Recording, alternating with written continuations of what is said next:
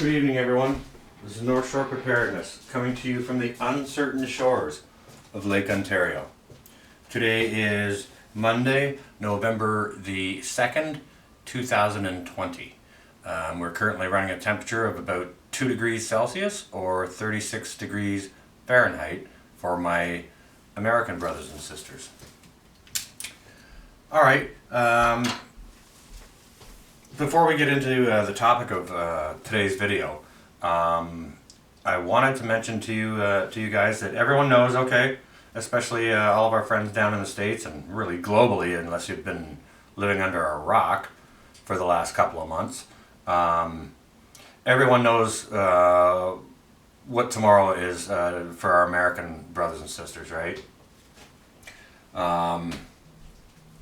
Things are uncertain about that, right? So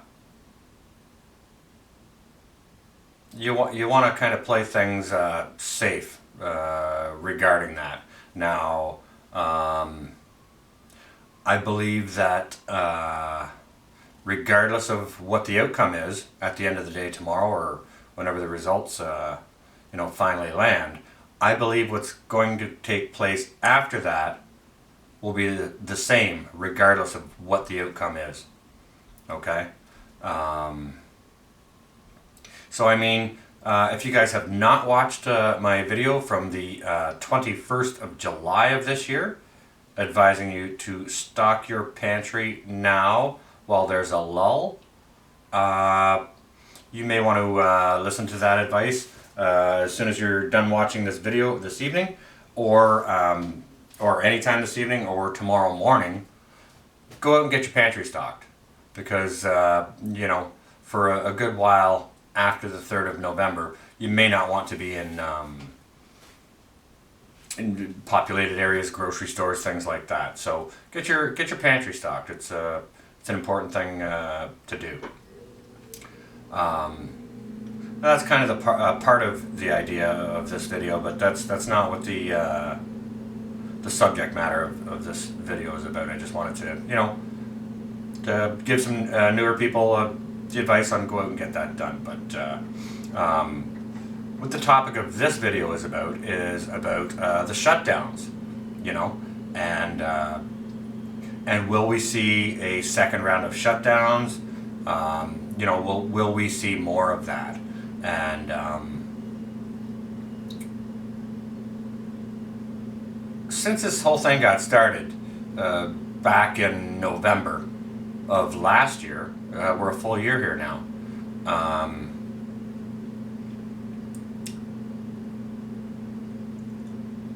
I watch some alternative news sources, like I'm sure many of you do. I don't watch any mainstream news at all, really.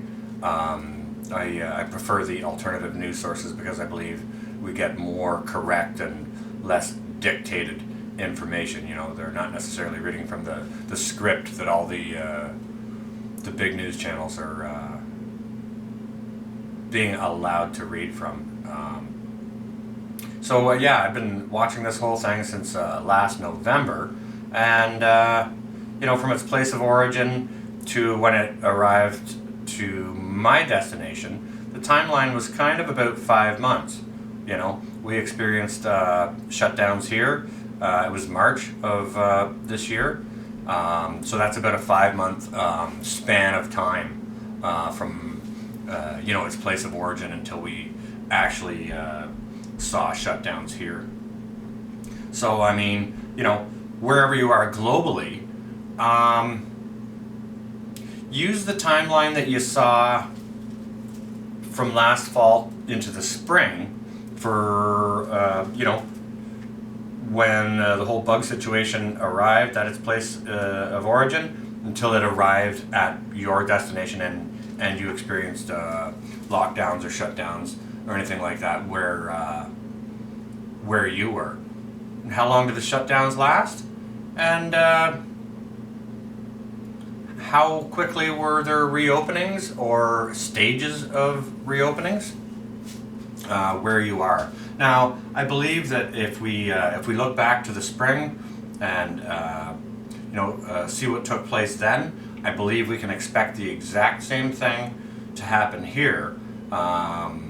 Only it's happening this fall instead of the spring. You know, it landed here in the spring, so okay, it's here now. So it's obviously here to stay for the interim. So my beliefs straight from the get-go have been that yes, we will see a second wave of shutdowns. In fact, there's plenty of shutdowns going on globally already. I mean, I have good intel from people in these countries, countries like France, different areas in Great Britain, Australia, where they're experiencing shutdowns already.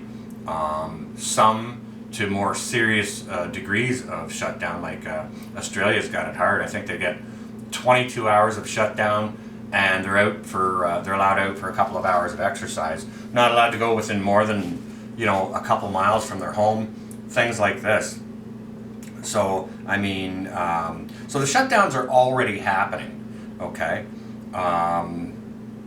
Now even here in Canada, I'm sort of in the Greater Toronto area, and